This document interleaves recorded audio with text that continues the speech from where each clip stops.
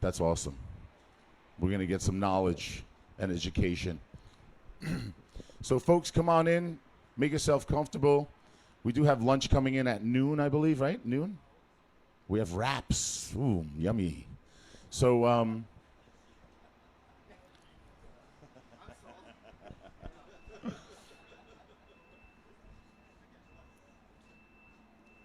all right, folks. So I'm going to turn the microphone over to Nate from NFP. And also, is Hiscox here? I'm sorry, what's your name? Utan. And okay, so we have Utan, Nate, and Alex. They're going to come and do a presentation on insurance. So I want to give you a little history. The first year we did this, we called Nate. We were like, hey, we're thinking about doing this conference. We want to get the whole industry together. And he was the first guy that was like, I'm ready to go. I'll do it, whatever it takes to make it happen. And then it went really well that he came to us and he was like, hey, I have a decent amount of sponsorship dollars. We want to do this again. We want to be a sponsor. So since day one, NFP Hiscox has been down with the program. They've been big supporters. They come with a wealth of information. They insure our business. If you're looking for the right coverage, if you're looking to really analyze your whole entire insurance policies, these are the guys to talk to. These are the guys that the experts in the outdoor open events, live concert, motion picture industry. So that's what they do. That's what they're experts at. And how about giving them a big round of applause all the way from California?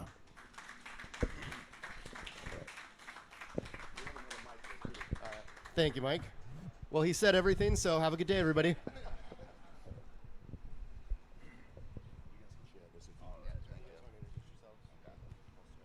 Hi, everyone. My name is Hutan. I'm with Hiscox Insurance, which would be the carrier. My name is Alex Bizeri, entertainment practice leader at NFP in California there. Happy to be here and finally having some nice weather. It's finally beautiful. All right, well, as Mike said, we've been here since day one. It was a quarter of the size, and every year it's been getting larger and larger, and it's really impressive. And, we're happy to be here. We're happy all you guys made it through COVID. You're all here. Your businesses are continuing. We're trying to figure it out. So I've been doing entertainment insurance for 14 years now. That's the only type of insurance that I write. That's what we specialize in. That's what we do. So that's what we're here for, help you guys out. A lot of questions that we get, what are COVID changes? Your guys' policies actually didn't really change that much as far as coverage for COVID.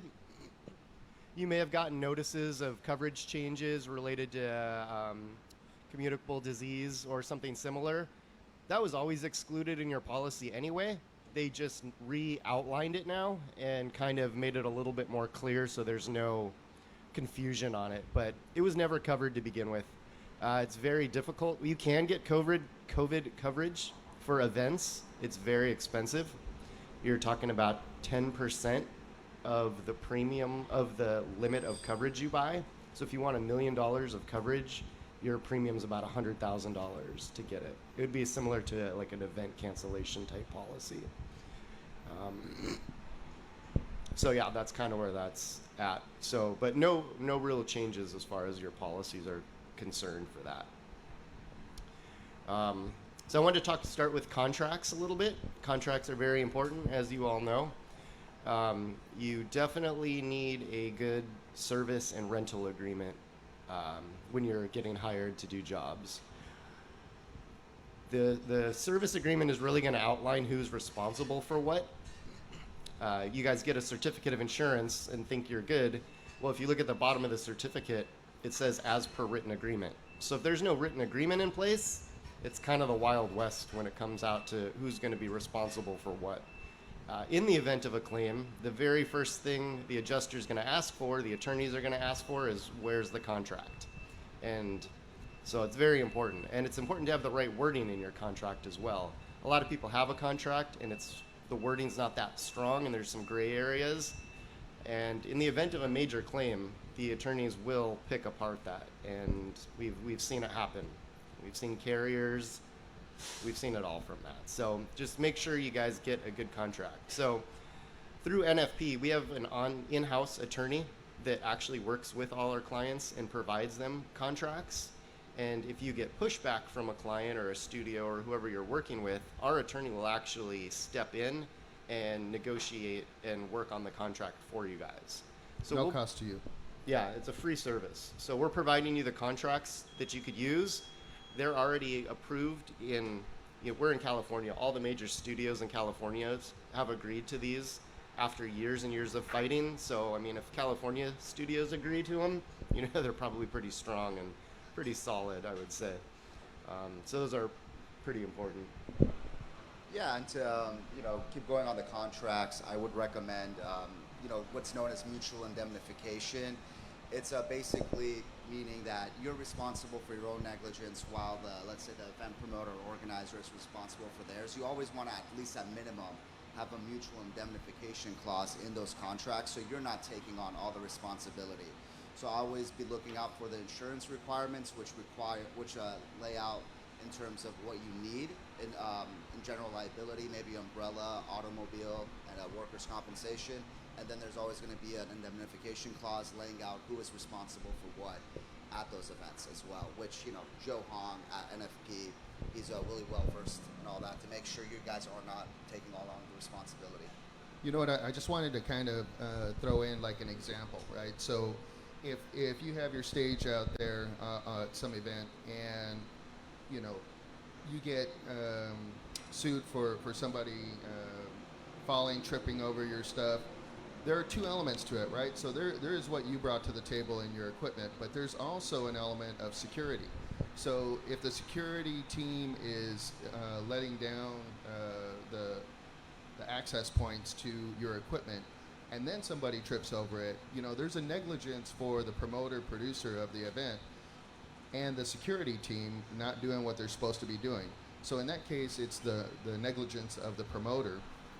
Conversely, and I'm sure plenty of you have had this, you have your cables running out somewhere.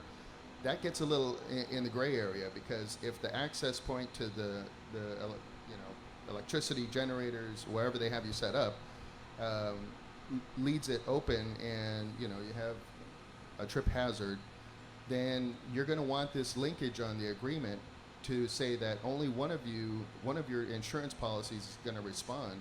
If you don't have that linkage, the additional insured element, both your policies can respond. They'll both be defending you. So when you have this agreement, it has the additional insured language, there's only one policy that's going to respond. And let's face it, none of us want more money going to the attorneys. Yep. The other thing, another NFP benefit that we now have, we have in-house claim services. We have a specialist that works with all of our clients. If you do have a claim, he specializes in entertainment claims. They're a little bit different, obviously, than your general business type claim. And basically, he's there just to kind of hold your hand. We submit the claim to the carrier. He's there to make sure that it's getting filed timely. It's moving along through the process. If there are issues where they're missing paperwork, he's there to just kind of push it along and make sure that it goes through quickly and smoothly so you guys can get paid and back to work. And it's been really helpful since we've had him, because before we were kind of just relying on the carriers and the claims adjusters to do everything, and sometimes people get bogged down, obviously. So. I mean, and the peculiarity of your business is that some of your equipment is very specialized, and so having somebody who understands the valuation of what's going on is really critical, and the other element to that is, whether or not you have an insurance company that understands your business. So, say for example, you have farmers insurance, and, you get a claim because they didn't understand what the mobile stage was, and now you're fighting depreciation and you can't get the value of your equipment. The insurance companies that do entertainment insurance, they get that, and having an adjuster who also understands those concepts is very helpful. You know, it could be on the generators that are specific to emissions controls and modified, you know, to some degree. In the filming industry, that's a big deal, right? So you can have effectively a $50,000 generator that's, you know, now worth 150 because of all the modifications to be on a film set. So, you know, it's a critical element. Yep, and that's perfect. That leads me right into my next point, Alex. You set that one up. Having the proper insurance. Everybody here probably has insurance. The question is, do you have the correct insurance? Talking to people here, just in general too, when I get calls from other production companies, lighting companies, whoever it might be, so often do I see they don't have the proper coverages. They don't have the right policy in place. You know, they've been going to their local broker for the last 20 years, and he's probably a great guy and can write all kinds of insurance, but he doesn't specialize in the entertainment field.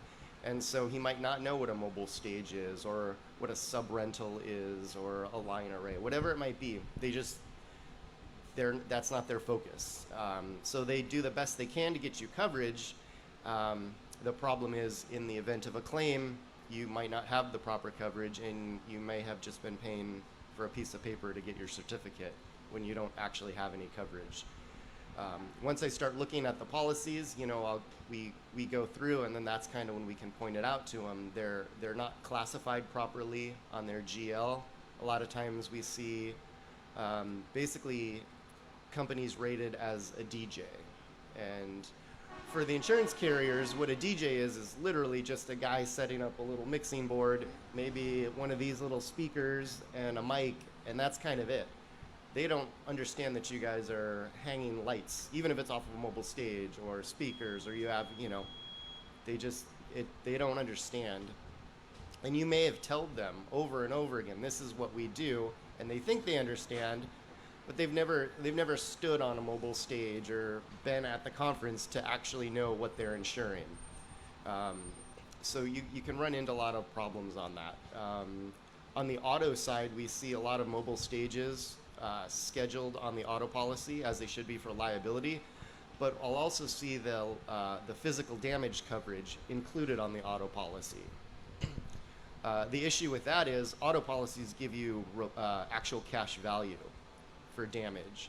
So the actual physical damage to any mobile equipment needs to be on an inland marine policy. With that, you'll get the actual scheduled replacement cost value. The other issue with that is, if you do have your mobile stage scheduled on the auto policy, say that's valued at $100,000, the claims adjuster has no idea what a mobile stage is. He's thinking it's just some kind of trailer. So he's not even starting his valuation to give you depreciated actual cash value at the $100,000. He's thinking it's a $30,000 trailer, and he's going to start at that point and depreciate it from there. Now, of course, you're going to go back and forth and argue, and it's going to be a mess, and you're not going to get anywhere close to what you think the value of your stage should be. So that's definitely another issue that I see on a lot of brokers that don't properly insure the equipment correctly, basically. And I was going to segue into what I exactly do. So NFP would be your insurance agents, while I'm at the carrier. I'll be like your underwriter on the policy. And I just kind of wanted to give you a perspective of what we do and how we handle things.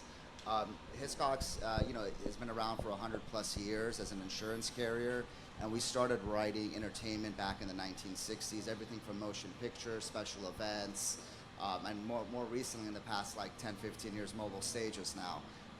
And I just wanted to let you guys know, speaking of the claims team, we have a very experienced claims team on our end, knowing what your product and your equipment is, so there is no ambiguity in terms of the trailer not having the correct amount replacement cost on there. And another nice thing about being with an entertainment carrier is you can package all your lines of insurance together, like general liability, auto, workers' compensation if you need it, umbrella.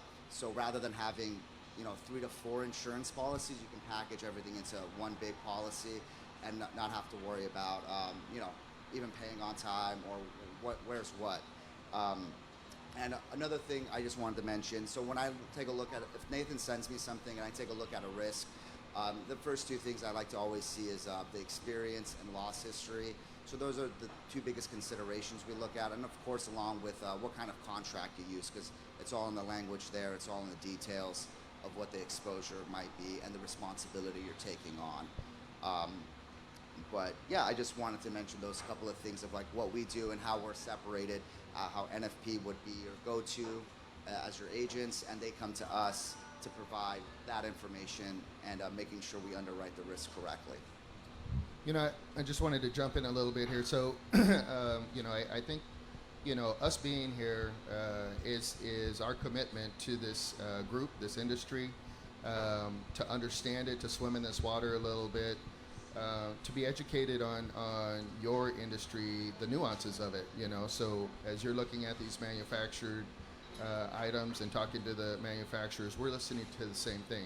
What are those elements that make this better, this safer? And one of the takeaways that I can have today, and to, you know, try to expand this thought process, is the idea of, you know, you start out with a certification on some of these units, and how do we add to that to get to the point where we are creating the value to reduce the pricing, because your underwriter now knows that you've taken the steps to be ultra safe. And you know what, talking to you guys, I can't say that anybody is aloof, you know, or not doing the right thing, but again, this is kind of preaching to the choir, you know. I mean, when the preacher's talking to his constituents there, or his population, it's all the rest of the people.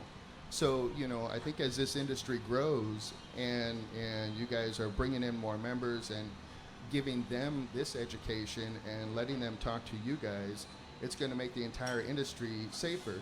And as I was talking to one of your cohorts here, you know, when you have people who just have a lot of money go out and buy a piece of equipment and they don't know what the hell they're doing and they create liabilities, it affects the whole industry, because now the whole industry is grappling with claims that have happened in the mobile stage area, and then underwriters say, well, hey, this is mobile stage thing, we got to charge more, you know, and it's numbers, but it's also the situations.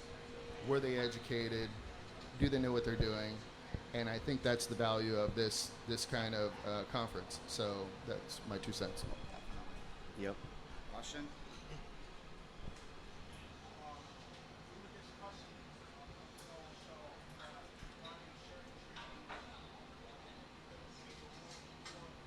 Do you want to open up the questions now? Yeah, I gotta see one of those.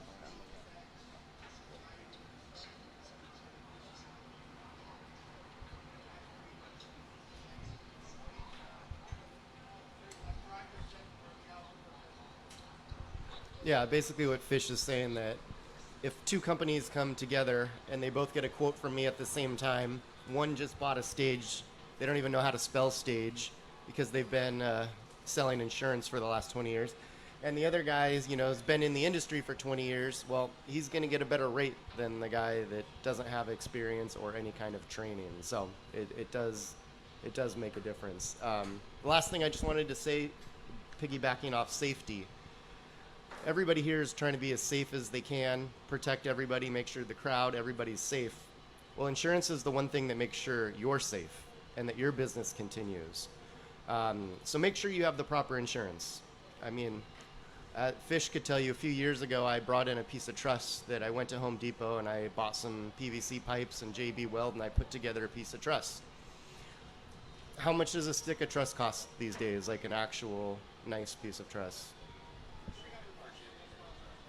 What? Yeah, $500. So are you going to buy a piece of truss that's stamped and engineered for $500, or are you going to let me sell you a piece that I made with JB Weld and PVC pipes for $50? Well, you saved $450. It's not worth it. Don't save the $450 on your insurance. That's what protects you guys. Yeah, we're licensed in all states. And whether you go with us or somebody else for insurance, just make sure you find a specialist. I'm a specialist in entertainment. If you have a yacht and you want me to insure it, I could do it, but I don't really know how. I'm going to say, why don't you Google yacht insurance, because there's somebody out there that only insures yachts and knows everything about them. And that's the person you want to find. And just for the sake of perspective, NFP is number 9 or 10 in the country in terms of size. So we operate in Canada, Europe, all 50 states. We're a pretty big company, and we have the wherewithal to kind of make some things happen. The entertainment segment is pretty solid size, and we're very involved. But I think to his point is our company can provide insurance. If it sounds, acts, or smells like insurance, we do it. Whether that's life, 401k, wealth management, any of those kind of things. It wouldn't be us, but we have elements at NFP that do that kind of thing. Yeah. Questions? NFP? Oh, it's National Financial Partners. They tried to get cute with it lately and say nimble, friendly, and personable, but I don't like it. You need insurance? No effing problem. Yeah.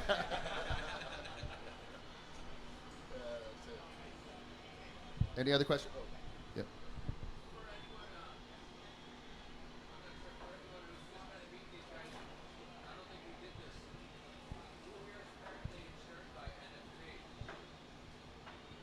Oh, thank you for your business. We appreciate you. it.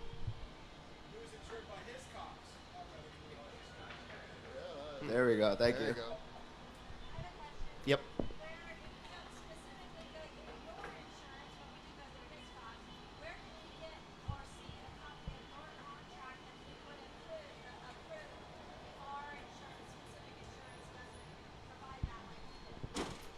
Well, if you have a Hiscox policy and it has the in the marine coverage and replacement cost and all that kind of thing, you're probably have the correct and same contract, The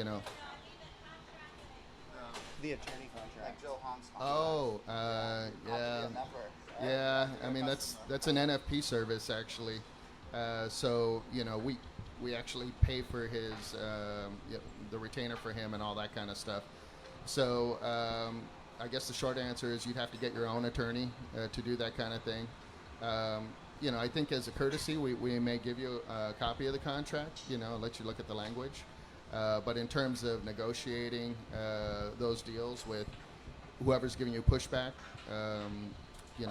that's really it. And just so you know, I mean, you guys aren't insurance people, but when you get pushback and somebody redlines your agreement, do you really know what they're redlining? If it's the cost of your rental, okay. If it's the coverage for auto that they're not renting your vehicle, okay. But do you really know those things? And that's when you need that attorney to say, hey, you know what? We need this. This is what's protecting you. So whether it's a waiver of subrogation or a hold harmless agreement or any of these kind of elements that are very contractual, those are the things that you want an attorney to chime in on. Because you may want to assume that responsibility, but you got to know it. And then, unfortunately, your insurance company may be paying that bill. But I think knowledge is power. Anybody else?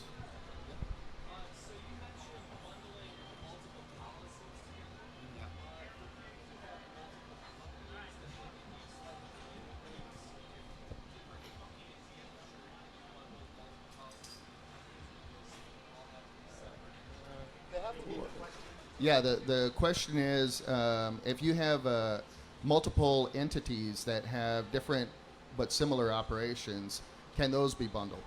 And the short answer is yes, but the longer answer is it depends on the ownership, percentage of ownership. So if you have partners and you don't have 100% ownership, the benchmark is 51%.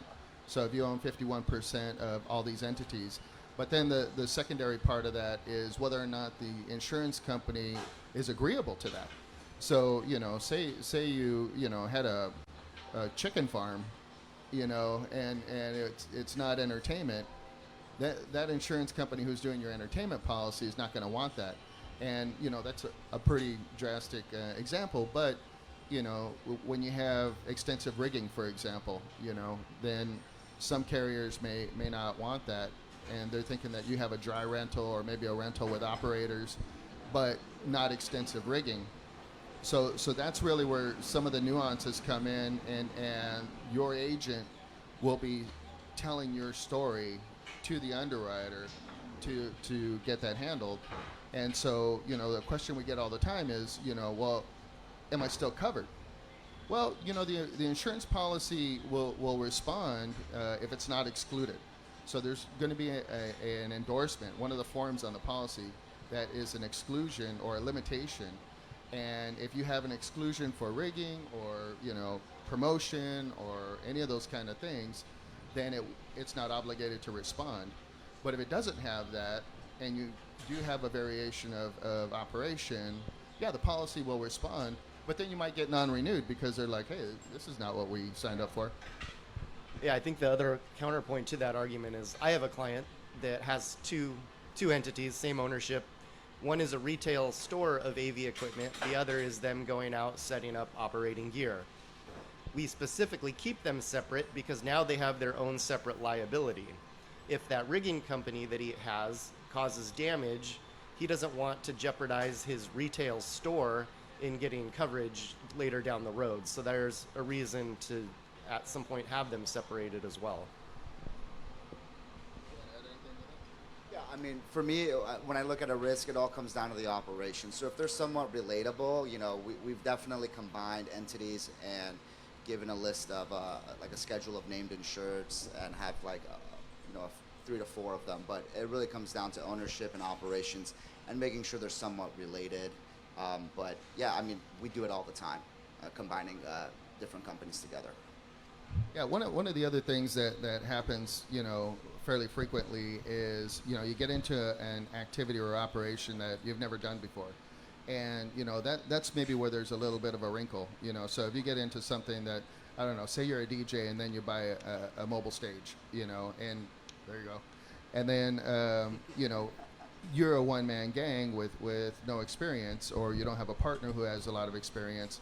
Those things do kind of weigh into the acceptability of you as a customer, because, again, the insurance company wants to know that you're not out there just running amok and going to create liability situations.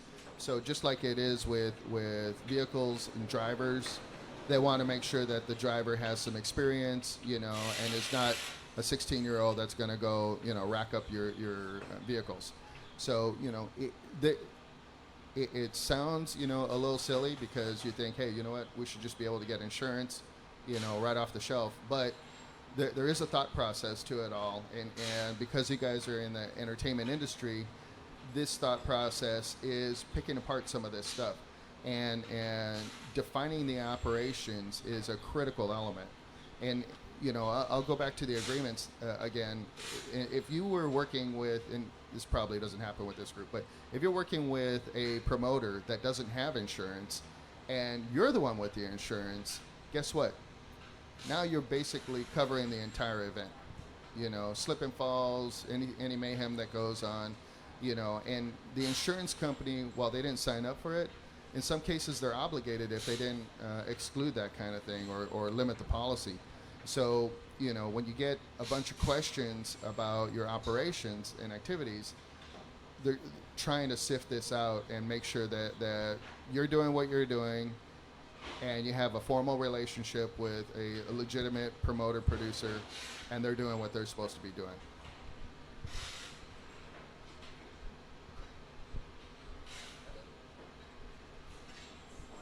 I think we'll give you back some time. Yeah.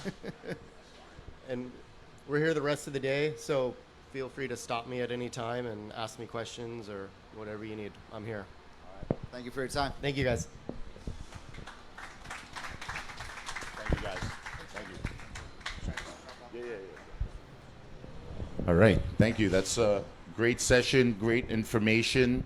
Just so you know, I started out as a DJ, and when I got my first mobile stage, I was insured as a DJ, but when I got my first mobile stage, I didn't have the right insurance. I was relying on what I had as my DJ insurance to insure my equipment, which is like speakers and lighting, and we all kind of have a similar background. I think, Scott, you were kind of like a similar thing too, where you start as a DJ and you're like, I want to get into something different, and the mobile stages happen to be the pivot or the turn, and it's just you got to be smart about having the right coverages. And for probably about 2 years, I was operating with coverage that was not enough. So thank God nothing ever happened, but after educating, after getting quotes that were like sky high and just all over the place, there was never anything comparable until I found Nate, a specialist. Like he said, people specialize in things, yacht insurance, aviation.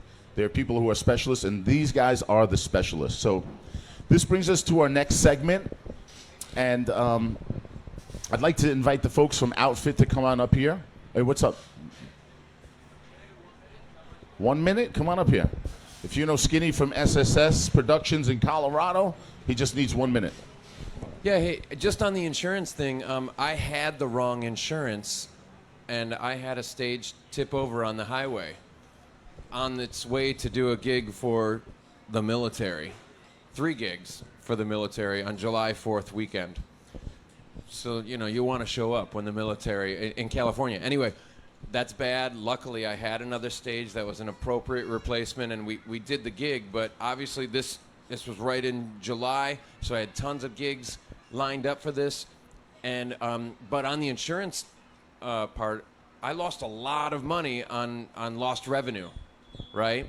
I had all these gigs. I had to replace another stage. I didn't get any of the money, by replacing it. I took care of my clients, but I lost tons of revenue, probably $45,000. And then my insurance company was like, what the hell is this trailer? Like, we've got a 30-something foot trailer that we thought we were insuring, and now you're saying it's worth this much or whatever. They came out and looked at it, and they were like, luckily it was Progressive, and they covered it and handed me a decent check for the repairs and everything, but they fought me tooth and nail. It was a terrible process.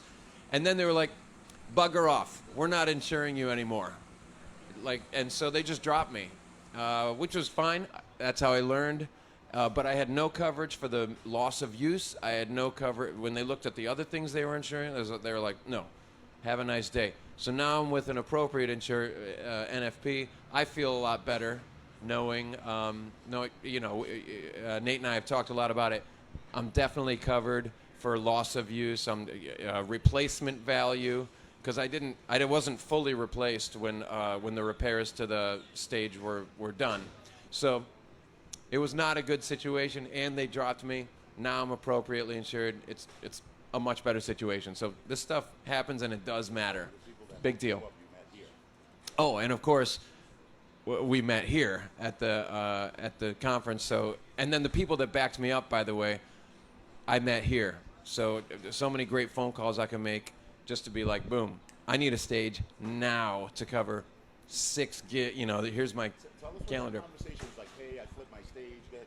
I mean, the conversation was not a good one. It was panic at first, but knowing you have the network, and I really love, if you're not on the Facebook page, Mobile Stage Professionals is ridiculous. I send people there all the time if they're calling me from out of my market.